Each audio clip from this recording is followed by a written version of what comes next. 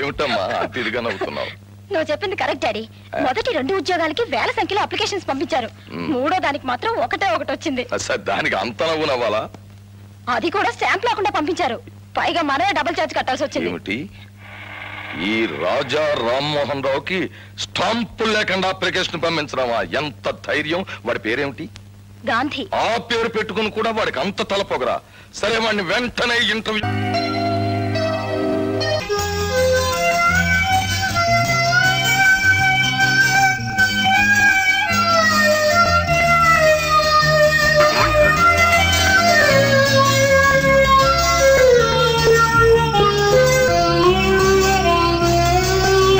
నువ్వేనా జాతి పితవి? కాదు సార్, కనీసం ఒట్టి పితను కూడా కాను.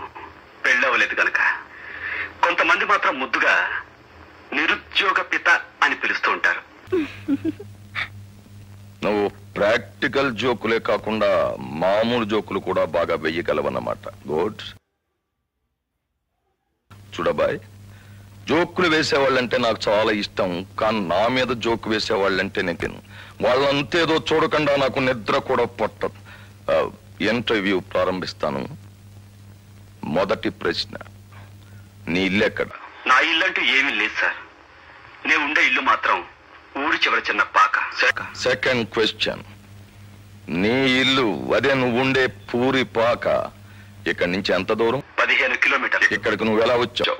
నడిచి. లాస్ట్ అండ్ ఫైనల్ క్వశ్చన్, తిరిగి ఎలా వెళ్తావు? నడిచే వెళ్ళాలి. That's all. నీ ఇంటర్వ్యూ అయిపోయింది, నువ్వు వెళ్ళొచ్చు. ఇంత దూరం నువ్వు నడిచి రావడం, ఇంటర్వ్యూ కోసం రాత్రింబగళ్ళు పుస్తకాలు చదివి ప్రిపేర్ కావడం, ఇదంతా waste. You are not selected. దీన్నే టిట్ ఫర్ టాట్ అంటారు. తెలుగు నుడికారంలో చెప్పాలి అంటే దెబ్బకు దెబ్బ. ఎలా ఉంది? లేకపోతే ఈ రామ్మోహన్ రావుకు ఉద్యోగం కోసం అప్లికేషన్ పెడుతూ స్టాంపులను తెంచకుండా నన్ను వేళాకోళం చేస్తావా? ఎంత ధైర్యం నీకు? Get out! నేను కూడా మిమ్మల్ని 3 ప్రశ్నలు అడగచ్చా? ఏమిటి? నెలసరి ఆదాయం ఎంత? నెలకు 2-3 లక్షలు. మీరు తీరిక వేళల్లో ఏం చేస్తుంటారు? ఈ రామ్మోహన్ రావు లాంటి బిజినెస్ మ్యాగ్నెట్ కి తీరిక, అది నా డిక్షనరీలోనే లేదు. చివరి ప్రశ్న సార్, రాత్రులు మీరు ఎన్నింటికి నిద్రపోతారు? రాత్రి 10 గంటలకి. అంటే రోజుకు దాదాపు 10 గంటల చొప్పున నెలకు 300 గంటలు పనిచేస్తే మీ ఆదాయం 3 లక్షలు. 15 రోజులకు 1.5 లక్షలు, వారానికి 75,000, రోజుకి 10,000, అంటే గంటకి 1000 రూపాయలు. ఇప్పుడు మీరు నాతో మాట్లాడి వేస్ట్ చేసిన ఈ పావుగంట ఖరీదు 250 రూపాయలు. నెలకి నా ఉద్యోగానికి మీరు నాకు ఇస్తానన్న జీతం. అంటే ఇప్పుడు నేను మీకు 250 రూపాయల ఆదాయాన్ని రాకుండా చేశానన్నమాట. ఎలా ఉంది సార్ ఈ టిట్ ఫర్ టాట్?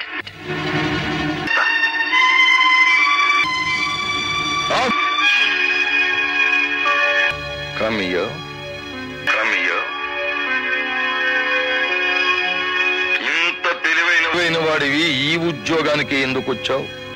నాకంటే తెలివైన వాళ్ళు, చురుకైన వాళ్ళు ఇంకా తక్కువ జీతానికి పనిచేస్తున్నారు సార్ ఈ దేశంలో. అలా ఎందుకు జరుగుతావు? అవసరం, తనను తాను బతికించుకోవాల్సిన అవసరం. నిజంగా వాళ్ళు తెలివైన వాళ్ళు అయితే ఆ తెలివితేటలను ఉపయోగించుకుని డబ్బు సంపాదించుకోవచ్చుగా. చూడండి రామ్మోహన్ రావు గారు, ఈ లోకంలో ప్రతి వాడి లక్ష్యం కేవలం డబ్బు సంపాదించడం కాదు. ఒక్కొక్క మనిషికి ఒక్కో లక్ష్యం ఉంటుంది. ఉదాహరణకి ఒక సైంటిస్ట్ లక్ష్యం ఏదో కొత్త విషయం కనిపెట్టాలని, ఒక డాక్టర్ తన వృత్తిలో ఏదో గొప్పదనం సాధించాలి, ఒక రచయిత ఓ మంచి రచన చేసి ప్రయోజకత్వం సంపాదించాలని. ఇలా ఒక్కొక్క లక్ష్యం సాధించుకోవడం కోసం మనుషులు తపన పడుతూ ఉంటారు. ఈ ప్రయత్నంలో కొంతమందికి డబ్బు కూడా ఆటోమేటిక్ గా వస్తుంది. అంతేగాని వీళ్ళకి కేవలం డబ్బు సంపాదించడమే ముఖ్యం కాదు. ఆ మాటకు వస్తే డబ్బు సంపాదించడం పెద్ద గొప్ప విషయం కాదు, అదేమంత కష్టమూ కాదు. ఓహో, అలాగా. నువ్వు సరిగ్గా గమనించావో లేదు, నా చెవుల్లో పువ్వులేం లేవు నువ్వు చెప్పిందల్లా ఒప్పుకోవడానికి. డబ్బు సంపాదించడం అనేది పెద్ద కళ, అన్ని కళల్లోకి గొప్పది. అది తెలియని ప్రతివాడు తన చేతగాని తనాన్ని సమర్థించుకోవడానికి ఇలాంటి వాదన ఏదో చేస్తుంటాడు. ఐఎమ్ సారీ రామ్మోహన్ రావు గారు, మీది పొరపాటు. No, I'm absolutely correct. తనకి అందుబాటులో లేని దాని గురించి తక్కువగా మాట్లాడి ఆత్మవంచన చేసుకోవడం మనిషి అలవాటు, లేకపోతే బ్రతకలేడు. అందమైన భార్య దొరకని వాడు ఆ అందంలో ఏముందిలే మనస్సు మంచిదైతే చాలు అంటాడు. పాకల్లో ఉండేవాడు మేడల్లో ఏముందిలే హాయిగా బ్రతికేస్తే చాలు అనుకుంటాడు. తీపి దొరకని వాడు చేదుని, వెలుగు దొరకని వాడు చీకటిని మెచ్చుకుంటాడు.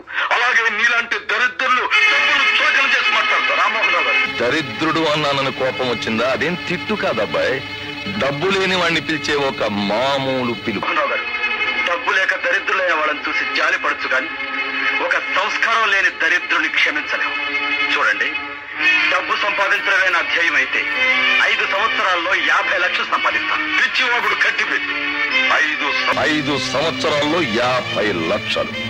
హత్యలు చేస్తావా, దోపిడీ చేస్తావా, బ్యాంకులను లూటీ చేస్తావా? అవి చేతగానే వాళ్ళు చేసే పనులు. చట్టబద్ధంగా 50 లక్షలు సంపాదిస్తాను. ఒక తెలివైన వాడు తలుచుకుంటే డబ్బు ఎంత సులువుగా సంపాదించచ్చో నిరూపించి మీలాంటి డబ్బున్న వాళ్ళకు గుణపాఠం చెప్తాను. నువ్వంత గొప్పవాడి అయితే నువ్వు చెప్పింది చేసి చూపెట్టగలిగితే నా కూతుర్ని నీకు ఇచ్చి పెళ్లి చేస్తా.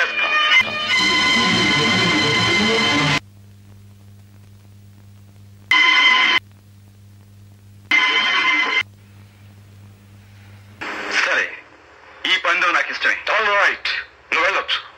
అగ్రిమెంట్? వాట్? అవును, ఎదుటి మనిషి నమ్మకపోవడం అనేది ఈ క్షణం నుంచే ప్రారంభమైంది. మనం అగ్రిమెంట్ రాసుకోవాలి. ఎంత ధైర్యం నీకు? నెగ్గగలవనేనా? Yes, it's my challenge.